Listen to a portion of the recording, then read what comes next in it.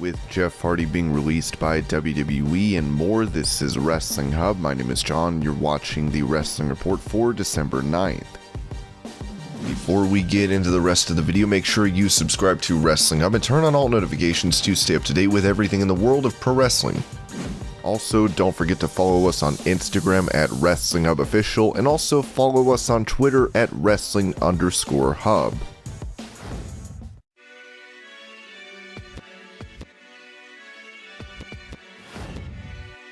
Despite WWE having main roster plans for him, Bronson Reed would find himself released from the company in August. Speaking to Instinct Culture, he recalled WWE higher-ups assuring him that he would not be let go. It's definitely not good for morale. I've spoken to people who were still there. It just puts people on edge, people walking around on eggshells and stuff like that. For example, when the first few rounds of cuts happened, which are never good when someone gets released, I was one of those people that never worried about it. I never thought I was going to be released. From speaking to some of the higher-ups in WWE, they always said things like, "You're gonna have a job for a long time and not to worry." Then when I was released, people that are close to me in NXT and WWE are now worried for themselves. I think a lot of people put their faith into the talent that, of course, you're not gonna be released. You're too talented, but I don't think it's about that. I don't know 100% why they were doing the releases. They always cite things like budget cuts, but it's definitely not budget cuts. I am not 100% sure why, but it can happen to anyone. With him making his New Japan debut last month, Jonah Rock will be entering PWG's Battle of Los Angeles tournament on January 29th and 30th.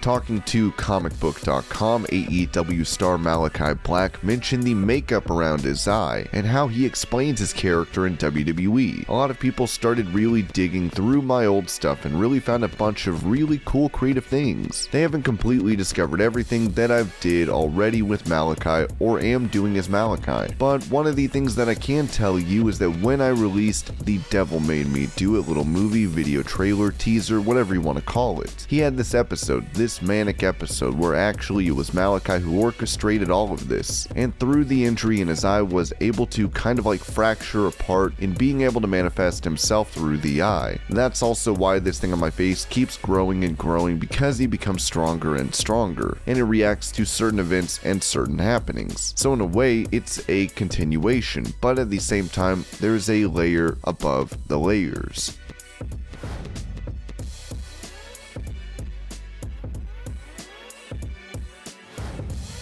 With him being one of the first major stars for the promotion, Chris Jericho has done a lot to help AEW. Talking to Newsweek, Jericho touched on plans to retire from wrestling, with him noting that he is still having fun. I think part of the reason I've had such longevity is that I go with the flow and I follow my heart. Did I ever expect to be 31 years on the job? I can't say that I did, but I can't say that I didn't. When people ask, "How long are you going to do this?" I say I don't know. When I feel like I don't want to do it anymore, I don't feel that way right now. There is really no reason to stop for me, because it's fun for me to work with this whole new generation of stars that are growing into their own and helping them. I think when you kind of live in the now, it makes things a lot better, a lot more important, and a lot more special in what you are doing. I think we've done a great job with that. We've really only just begun in a lot of ways. If I didn't enjoy it and I didn't have fun with it, I wouldn't do it. With him currently away from AEW TV on tour with Fozzy in the UK, we'll have to see what Jericho does upon his return.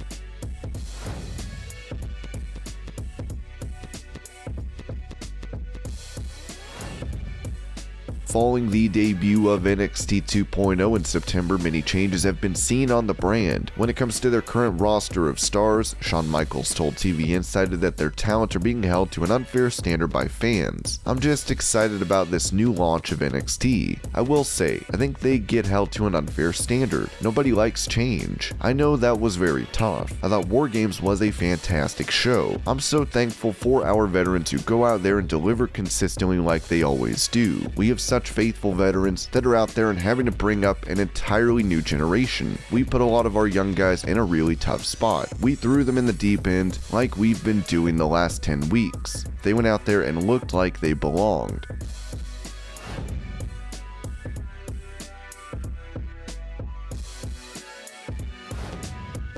Following what many thought to be a career-ending injury to his neck, Edge would ultimately make a comeback to WWE as he continues to compete. On his podcast, Ric Flair gave the Rated R Superstar major props. I think Edge is better now than when he retired. I think Edge can work a full schedule. I know his contract does not call for that, but the kid got himself in great shape. He looks good. His interviews are better now than any time in his career. I just love the stuff that Edge is doing and can't get enough of it. Edge is set to face off against The Miz, as that will take place at the Day 1 pay-per-view.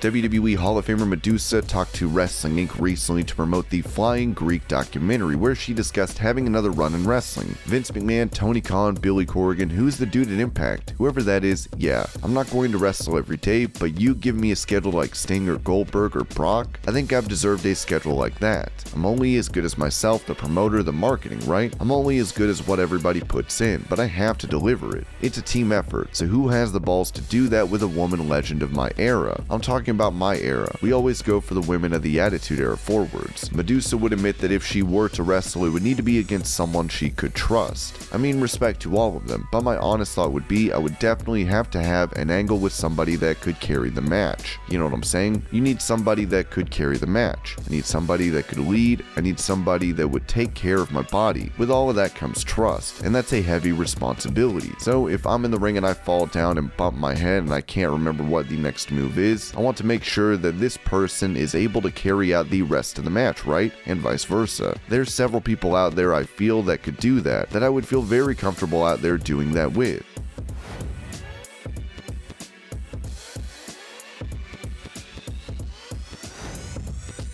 After NXT this week, Johnny Gargano and Kyle O'Reilly would share a moment with fans, as many saw this as a send-off for the two. While their contracts were set to expire and many think they are leaving the company, Dave Meltzer said on Wrestling Observer Radio that the feeling from what I have heard in NXT is that they believe they are going to be back. They have angles to get them away. Both are having children early next year. Gargano talked about it. O'Reilly is in the same situation. The angles were to injure them, take them out for a while, and then they would come back. Both men are set to become fathers in the early part of 2022, so they could just be taking an extended leave. Meltzer would add, I know in one of their cases, one of them has considered AEW, but hasn't made that choice. So as far as, but yeah, WWE didn't do that thing with Johnny Gargano to have him show up in AEW next week. I'll put it that way.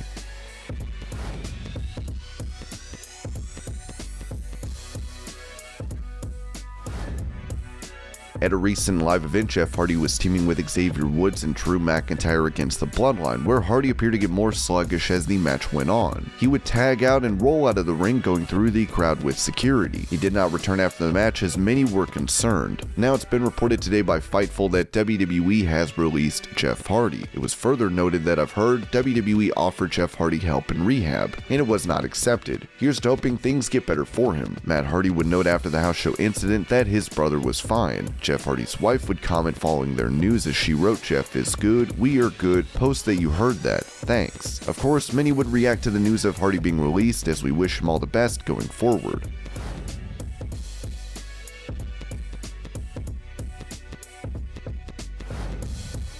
Speaking about Jeff Hardy being sent home during that live event, Jim Cornette had a bone to pick with WWE over Jeff being used in substance abuse storylines. Always that is rotten, whether it is Jeff or whether it was Vince Russo who did it with Hawk 20 years ago or whatever the case. Even Paul Heyman bringing Sunny on ECW to talk about her issues. No, you bring real life into wrestling in a positive way where the people know things are true, so you can insert it into the story you were telling fans. Regardless, I have never seen an upside in any way, shape, or form in any of the times anybody has worked having a substance abuse problem or shot on having a substance abuse problem or working, referring to a shoot substance abuse problem, any of it. It is simply not good whatsoever, and I do not know why they keep doing it.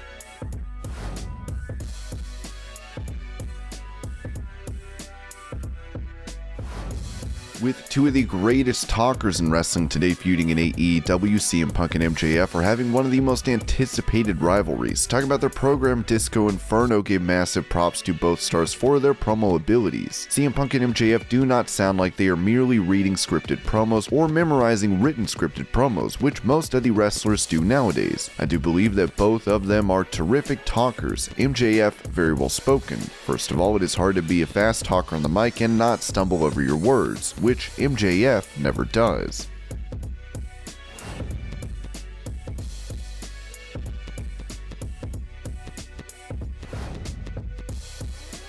With him set to do battle against Brock Lesnar again at the Day 1 pay-per-view, Roman Reigns is seen as an indomitable force. Andrew Zarian noted on the Mat Men podcast that WWE is booking Roman to be an indestructible force like Lesnar. Why would Roman lose? The old story is that he is a monster. He is the Brock Lesnar now. He is undefeated. He has been the champion for over 400 days. This guy is not going to lose, and he is going to continue winning until someone dethrones him. Maybe the guy who dethrones him is Drew McIntyre. The two are set to have a series of matches, which are expected to culminate at WrestleMania.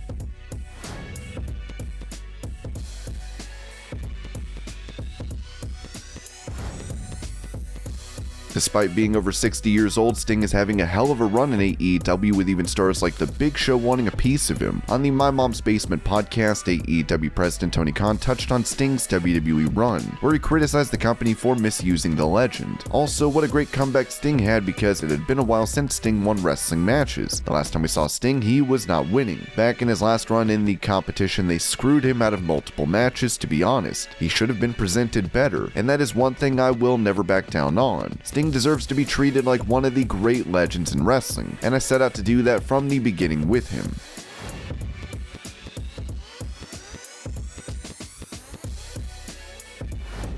Also on the My Mom's Basement podcast, AEW president Tony Khan revealed that WWE contacted him saying, "I heard from them recently. I'll break this news here. They are doing documentaries and biographies and wanted to use some people from AEW. It's going to come out sooner or later. They wanted to interview some people who wrestle here, used to wrestle there, that have history there, so we'll see. I'm open to talking. I heard from them, and they were very nice."